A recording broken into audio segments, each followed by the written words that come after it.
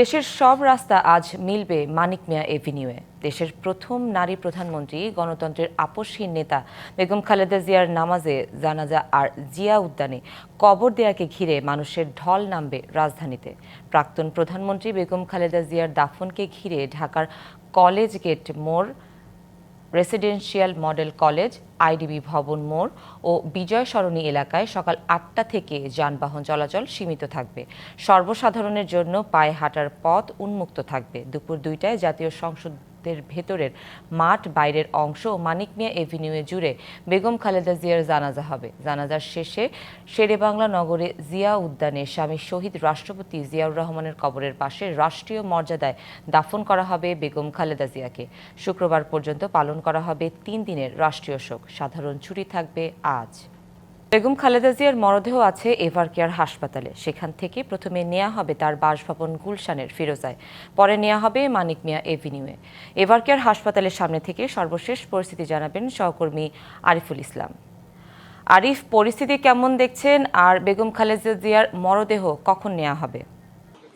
সুনন্দা, নতুন যে তথ্যটা আমাদের কাছে এসেছে বা আমরা দেখেছি সেটা হচ্ছে বিএনপি চেয়ারপারসন বেগম খালেদা জিয়ার মরদেহর যে গাড়িটি বহন করা হবে, সেই কালো কাপড় দিয়ে মোড়ানো সেই গাড়িটি কিন্তু প্রবেশ করেছে এভারকেয়ার হাসপাতালে। আমরা যতটুকু জানতে পেরেছিলাম যে 8:30টার দিকে বের করা হবে, যেহেতু 8:30টার বাস বেজে তো 8:30টার উপরে বাজে, বা সেক্ষেত্রে বলা যায় যে এখান থেকে আরো সময় লাগতে পারে বের হওয়া, এবং কি এখান থেকে বের হয়ে বলা যায় যে 9:15 কিংবা 9:30 নাগাদ তার যে গুলশান বাসভবন রয়েছে ফিরোজা, সেখানে নিয়ে যাওয়া হবে। এবং কি আপনি জানেন সুনন্দা যে সেখানে নিয়ে যাওয়ার পর পরিবারের সদস্য যারা আছেন তারা মূলত দেখতে পাবেন, এবং কি নেতাকর্মীদের যেহেতু সেখানে নিষেধাজ্ঞা আছে, এই কারণে বলা যায় যে সেখানে 2 থেকে 2.5 ঘন্টা রাখবেন, এবং কি পরবর্তীতে নিয়ে যাওয়া হবে। এবং কি কফিন যেখানে রাখা হবে সেটা হচ্ছে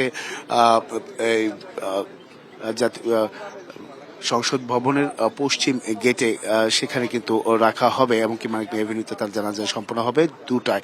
আর এক্ষেত্রে এখানে যদি আমি একটু বলতে চাই যে তাকে যে গাড়ি বহর, সেটা কিন্তু ব্যাপকভাবে গাড়ি বহরের যে নিরাপত্তা বের করার পরে যে নিরাপত্তা, সেটা কিন্তু জোরদার করা হচ্ছে। চুল পড়া অনেক কমে গেছে। থ্যাংক ইউ মা। চুলের ভিটামিন জুই মাল্টিভিটামিন কোকোনাট অয়েল। সেনাবাহিনী, বিজিবি, র্যাব, পুলিশ সদস্য সহ বিভিন্ন যারা কয়েক স্তরের, বিশেষ করে কয়েক স্তরের নিরাপত্তা কিন্তু ব্যবস্থা যদি করেছে। আমরা ভেতরে প্রবেশ করতে দেখেছি সেনাবাহিনীকে, আমরা ভেতরে প্রবেশ করতে দেখেছি র্যাব সদস্য, বিজিবি সদস্য থেকে শুরু করে প্রত্যেকটা আইন শৃঙ্খলা বাহিনীর পক্ষ থেকে কিন্তু আসলে ভেতরে এভারকেয়ার হাসপাতালে ভেতরে প্রবেশ করতে আমরা দেখেছি। আর সেক্ষেত্রে বলা যায় যে এখানে যে এসএসএফ বা এসএসএফ এর মাধ্যমে কিন্তু তার প্রোটোকলের গাড়ি বহরে ঠিক ফিরোজা নিয়ে যাওয়া হবে। এখানে নেতাকর্মীদের আসলে যদি আমি বলি নেতাকর্মীদের উপস্থিতি, সেটা কিন্তু সংখ্যাটা খুব একটা বেশি নেই। কারণ হচ্ছে যেহেতু জানা যায় সকলেই অংশ নেবেন, সবাই কিন্তু আসলে মানিক মিয়া এভিনিউর দিকেই ছুটছেন, দেশের বিভিন্ন প্রান্ত থেকে এসেছেন। আমি একটু জানতে চাই আপনার কাছে, প্রিয় নেত্রী, আপসীর নেত্রী বিদায় নিয়েছেন, এই আপসীর নেত্রী কি আসলে হওয়া সম্ভব কিনা? এই বাংলার ইতিহাসে, বাংলার মাটিতে আর কখনো এরকম আপসীন নেত্রী, এই নক্ষত্র কখনোই আর ফিরবে না, আর ফিরে আসবে না, এবং আসার সম্ভাবনা হয়তো নেত্রী না, হয়তো আমাদের নেতা তারেক রহমান যদি তার যেই দৃঢ় প্রকল্প এবং যেই মা বাবার যেমনটা আসলে সুনন্দা, এখানে যে বিষয়টি আমি বলতে চাই যে নেতাকর্মীদের যে ভিড়, সেটা কিন্তু আসলে এখানে খুব একটা নেই। আপনি জানেন যে 2টায় জানাজা হবে, সেই জানাজায় মানিক মিয়া এভিনিউতে, সেখানে কিন্তু নেতাকর্মীরা জড়ো হচ্ছেন। তো এই ছিল, বলা যায় যে এখান থেকে সব শেষ। পরবর্তীতে নতুন কোনো তথ্য পেলে অবশ্যই জানার চেষ্টা করবো সুনন্দা। আরিফ, ধন্যবাদ আপনাকে।